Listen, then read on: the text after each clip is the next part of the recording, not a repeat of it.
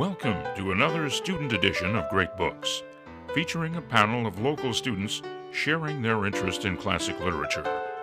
Here's your moderator, Jack Hatfield. Welcome. Thanks for joining us for the Great Books Show Student Edition. I'm Jack Hatfield. Our panel meets regularly to discuss important works of classic and modern literature. Today we're going to discuss the play Antigone by Sophocles. Sophocles was born in Athens around 500 BC. In this play, two brothers on opposing sides kill each other in a battle. Creon, the king of one side, decrees that the brother that fought on his side is to be buried with full honors. The other brother, who was in the rebel forces, was to be left to rot on the battlefield. Anyone who went against this decree was to be put to death. Antigone, who was sister to both the brothers and engaged to Creon's son Hammon, goes against the decree and buries her brother. She is caught by Creon and sealed in a vault to die. A Brian prophet, whom Creon regularly consults with, tells Creon that he made a big mistake. The gods are displeased both with his not burying the other brother and then ordering Antigone to death. As a result, Creon changes his mind and goes to the vault to release Antigone. But he is too late. Antigone has killed herself. Hammon, Creon's son, who is engaged to Antigone, upon seeing her death, kills himself. Then Creon's wife, learning about the death of her remaining son, Hammon, hangs herself. A true Greek tragedy. My first question is, how did Antigone justify her breaking the law?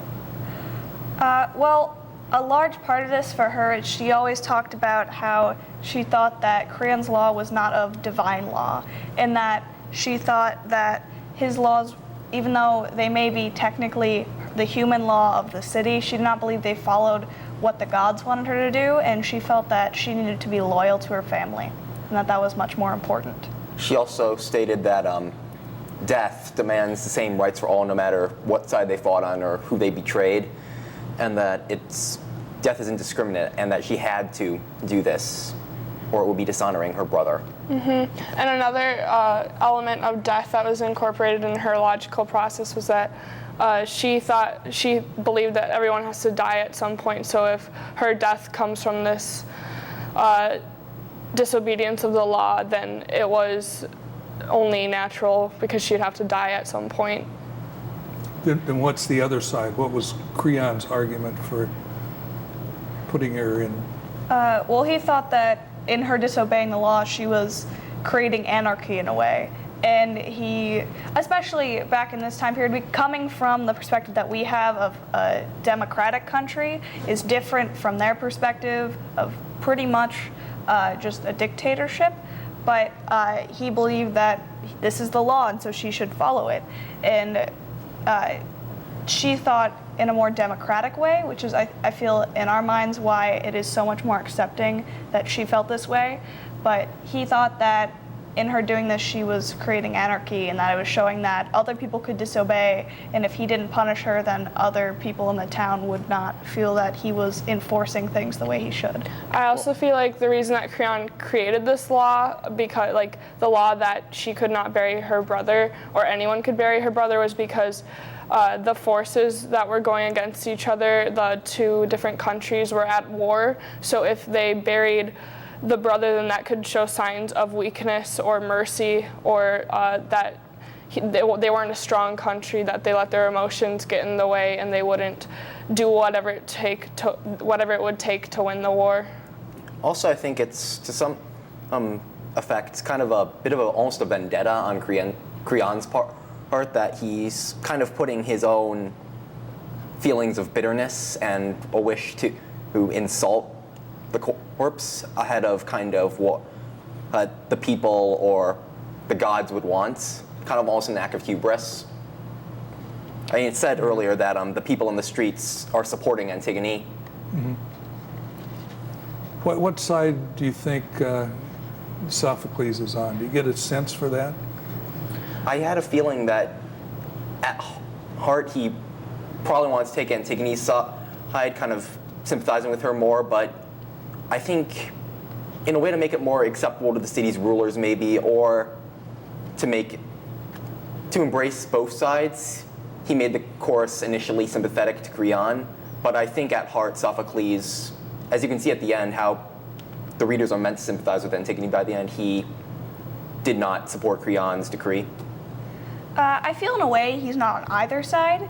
In the way he's kind of on the side of fate, more of either of the two characters. He is more trying to create a point that either way, the curse on this family because of what Oedipus, her father, had done, has played out more than necessarily choosing sides.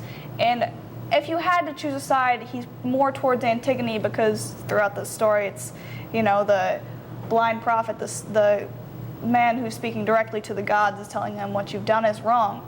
And he may be partially sympathizing towards Antigone, but it is mostly a neutral point of view and him just trying to show that this is what fate has in store for them. Yeah, I think that he's more on the side of Antigone as well because I think Antigone's just a really strong character, and I feel that the whole time she's sort of seen as a protagonist, and at least that's how I perceived it in the play, because she was working more for the side of love and family, especially coming from such a warped family. She was sort of fighting for that sort of lost cause, as you see throughout many works of literature. So I always saw her as sort of the protagonist in the story myself. Also, she's sort of a feminist icon and very strong-willed and independent, which is a common theme throughout protagonists. Sorry. Well, I feel like through her character, they don't show her much as womanly. It's not like they portray her necessarily in a very feminine way, but throughout the play you hear other characters make comments, Creon multiple times make comments like, she's just a woman, you have no need to listen to her, I should not be defeated by a woman. Mm-hmm. But she is very much kind of neutral about it and just, this is how I feel and I'm only doing this because I feel this is what's right. And I feel like that's very important, especially of this time period. It's a very important piece looking more at characters' humanity, mm-hmm. and I think that's a good thing. I noticed that rather than being really portrayed as, from a personality standpoint, Antigone was mainly portrayed as she has a great force of will, and I think that casts an interesting comparison to Creon, who I thought was just kind of stubborn, mm-hmm. and then as soon as Tiresias basically threatened him, he cracked, whereas Antigone stayed strong till the end, which is what I think separates the two most. What do you think Creon should have done? I mean, he tried to do the right thing at the end. And you can always say he should have freed her, and I feel like he should have. A lot of it was out of stubbornness, and a lot comes into play in the play about his pride and how it's all influenced by his pride, and if he could just let that go, that it would have been fine. And everyone would have lived, most likely. But it's also the fact of, this is also a play very deeply with themes of fate. And almost, you don't know if he could have done anything to change it because this is what played out, and that's what was meant to happen. So. Yeah, I think throughout Greek literature, there's a lot of themes of hubris and pride, and also trying to fight fate or the gods in this instance. So I feel a council is always a good thing when making any decision, taking into account others' opinions and the public opinion about things, because if you're going to make a big decision that influences many people, I feel that you should get more than one insight on what the best decision was, and perhaps if he had gone to the seer or the prophet before he had made his initial law, then maybe he wouldn't have had so many obstacles in the way with his pride on saving Antigone or retracting his law that he originally made. I agree with what you're saying about the council, but he does say on line 823, am I to rule the sea for others or myself? So I think he's basically trying to assert his own dominance through this law, but not doing a very skillful job at it. But I would agree that his decision may not have been entirely his own, because this family is basically cursed to basically fight fate and do the wrong thing, it would seem. Mm-hmm. Was his family cursed? I know hers was. She's He is Oedipus's brother. No, he's Jocasta's brother. Yeah. Okay, yeah. Yeah, I don't think in a play it says she's cursed because of the. Yeah, Creon is Antigone's uncle. Right. Yeah. Yeah. So. So I don't know. He's not directly related to Oedipus, but I think he might still be caught in this whole web of blah. I had more of a sympathy for Creon than because once you set a law, I mean, and no matter what's like our society now, and then you make exceptions for people that are close to you, then it kind of weakens your whole point. Definitely. Yeah. So He definitely had a huge decision to make, especially after this war, and I feel like he was doing it from a political standpoint, and whereas the play wants you to look at it from a more empathetic standpoint. And so, yeah, Creon is definitely doing this politically and trying to show his power, but Antigone is doing it out of love and loyalty to her family. And so you really have to think about which of these two values you think are more important. I definitely. You can go. I would agree that definitely at the beginning he's trying to do the right thing for his city. He's trying to be the protector. He's trying to be a strong ruler and give the people what they need. But I think by the end, through this ordeal and his troubles kind of corrupted what he was trying to do at the beginning. And I think that's why by the end we see him as a villain. I think definitely with families and power a lot throughout just history, you often come across this conflict of the person who is in power having people close to them that you never knowing when to make the exception or when to enforce the law, because like you said, you don't want that to be weakened. You don't want people to think that you are an unjust ruler, but at the same time, how do you balance personal life and your professional life when they are so close together? I feel like it's easier for people who work in a place that's completely separate from their family life, but when your family lives in that nation, it's sort of hard to separate those two things. Yeah. We've had examples. I remember Bill Clinton's, I think, brother got into trouble one time, and what does the president do?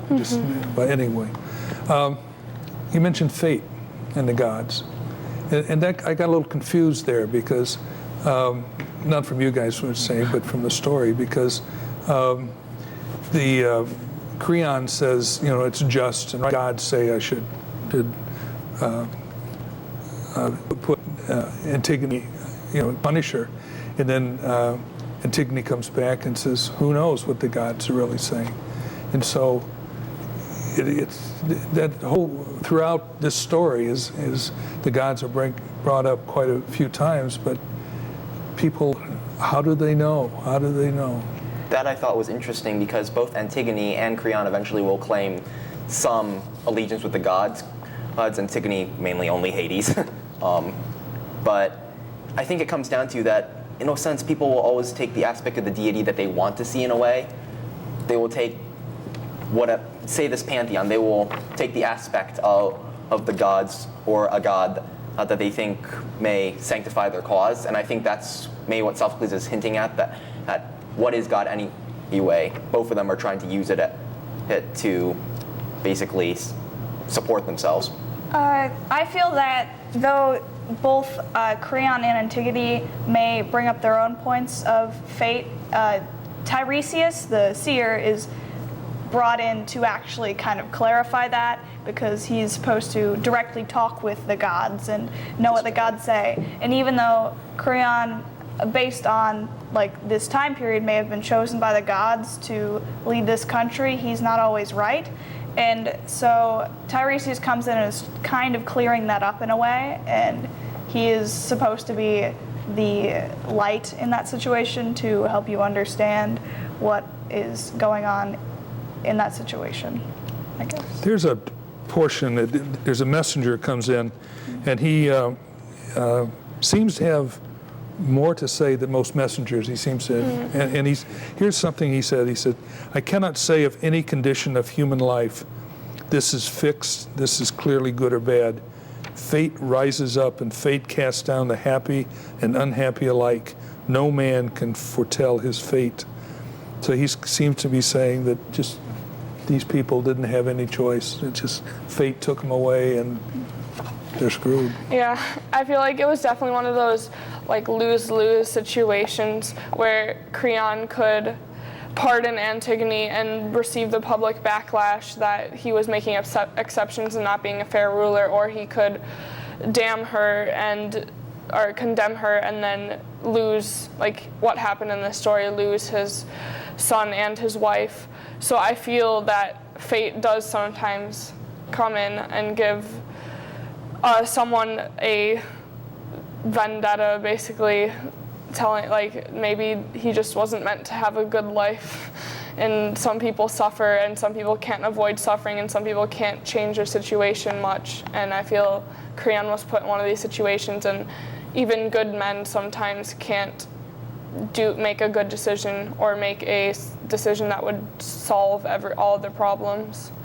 I agree, and as much as I dislike Creon, I can understand his dilemma, like what you're saying. Do I look weak, or do I have this whole host of problems? I noticed that everyone in this place seems to be kind of being driven by both their own decisions or fate, depending on how you look at it. If you look at it the same way as Sophocles did, they're being driven toward destruction ultimately, whether Antigone or Creon's family, or in a way the people of Thebes are kind of being hurt by all this going on, also in some of his other plays, such as the Oedipus plays.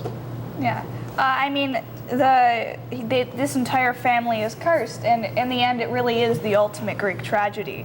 You know, everyone's dead, and Creon's just kind of left alone, and he really doesn't know what to do, and there's nothing he really can do. And so it's very much just the best example of a Greek tragedy you can give. Everybody dies. Yeah. Right. Everyone's dead, and no one's happy. Right. All my friends are dead. Yeah. You're either dead or you're broken. Yeah. And you don't have a choice. It makes it even worse. Antigone, the chorus says of Antigone there, she had a choice whether to live or die. Do you think she had any choices through this whole thing? Could she have done something different? I think she had a choice, but I think that if she had chosen not to bury her brother, that would have gone against everything that she believed in as a person. So I think there comes a time in like everyone's life where you're faced with a decision to go along with what is safe or to speak out and say what you believe, and I feel that the stakes were just very high for Antigone in this situation. So even though it might have been a choice that she knew what she had to choose, like there was no other way for her to go about it without betraying herself as who she was as a person. There was some element of choice there, but without her without the end point that she came about with her beliefs, there would have been no story either way. Yeah. Though we may look at it and think that, oh, she had two choices, she didn't have to. In her mind, this was the only choice she could make.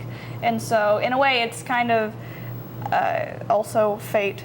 You know, it's she can't make a decision other than this. She knows she has to be loyal to her family, and as she says somewhere in one of something, family is all you have, and you know, like the rest of your family can die, and you like whoever you marry and your children can die, and you can replace them, but you can never replace family.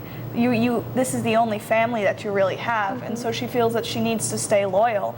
And so she really, in her mind, does not have a choice, no matter what her sister may say and what Creon may say. She has set her mind, and that's the one decision she made. And she has to face the consequences. Right. Yeah, good. And I feel like people are created and they have these really strong personalities and so strong-willed, and like people that are so charismatic, and they're just very like they know themselves, they know who they are, and they believe in that, and they don't question themselves, ultimately are always the people who end up hurt or end up killed because they have the courage and the bravery to do these things that the rest of us, or that the rest of people are too shy or too or too soft-hearted to do. Would you have done what she had done? I like to feel I would. I'd like to think that I would. I'd like to think that I'd have that much integrity and courage and love, compassion for my family, but you know, you never know until you're in that situation. Yeah, I mean, Same. You can never know what you do until you're faced with some horrible situation, and that will really test your resolve. And let's hope none of that never happens to any of us. yeah, right. Yeah. The other side is, her brother was dead. I mean, no matter what you did, he was still dead. And so, well, anyway. As you read this, does any other themes jump out at you that you agreed with, disagreed with? I think the contrast between Ismene and Antigone was very prominent to me. The whole practical versus emotional.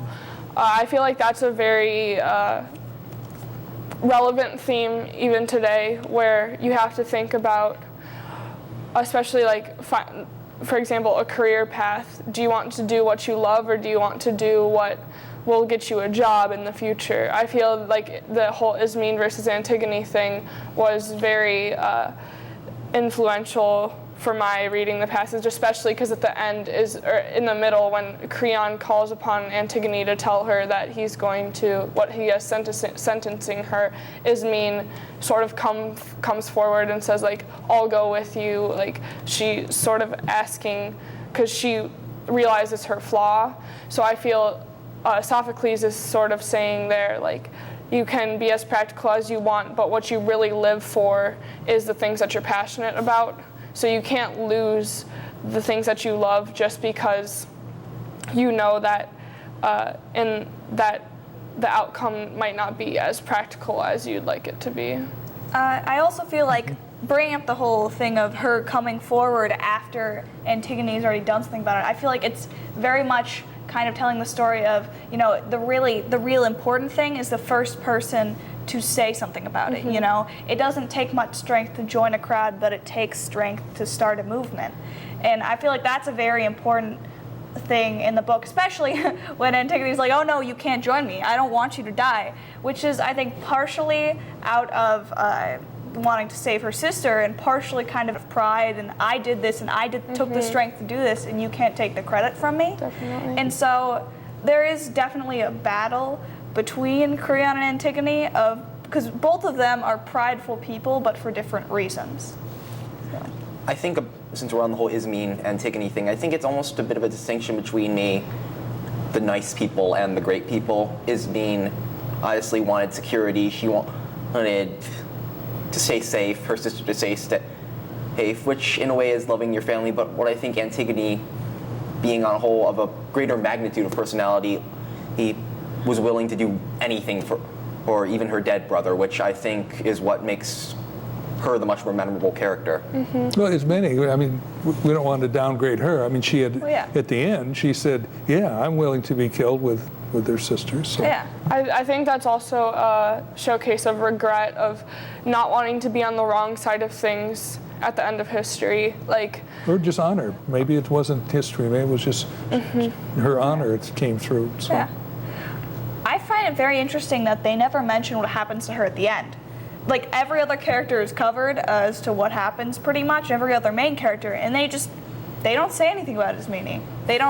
There is nothing about what happens to her. And well, they do say that Creon wasn't going to punish her. Well, yeah, but at the end, after everyone else is dead, and it's Creon's like, I'm all alone, Ismene's just, they don't mention her ever again, and I think that's interesting because, you know, I don't know if that's because they didn't feel the character didn't feel the character was as important, or if it's to bring up another point of something else, and that maybe in the end the people who don't stand up in the first place aren't as important and don't mean as much, or I don't know. Yeah, that's interesting. Your last point, I mean, not to say just like these people aren't important, but I mean, it's true that it's the people who take the big steps that everyone remembers. We remember Martin Luther King Jr., not the random marcher in the March on Washington. Yeah.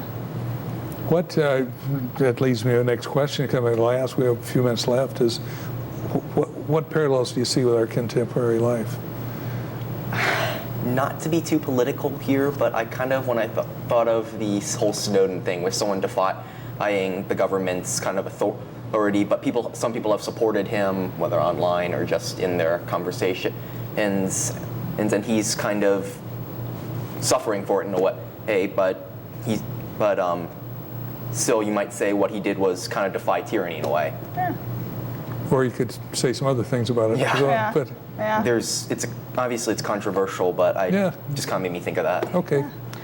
I see the parallels with Martin Luther King Jr. Like when he, as we discussed last time, Letters from Birmingham, even though he was eventually assassinated and he was killed for what he had done, he knew in his heart that who he was, these beliefs and the love and the compassion that he had for this cause, like the racial equality cause, overcame any risk of death or destruction.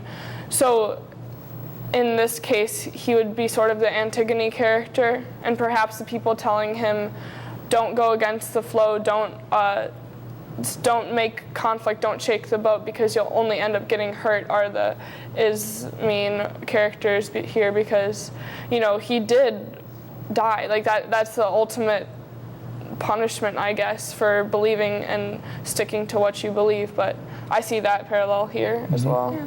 I feel like you can make the parallel with almost any social figure who stood up for a specific value that other people may not have agreed with.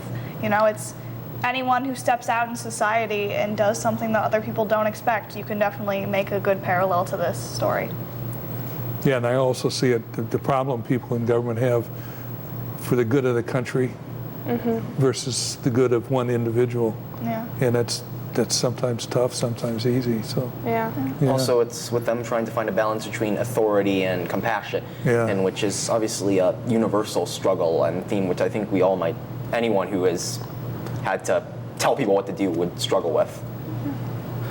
Well, I thank you all. Thank you. Thank you. Thanks for watching. I hope you enjoyed the show. Join us next time when we discuss another great selection. As Aristotle said, the best way to learn is to get together in small groups and discuss great ideas.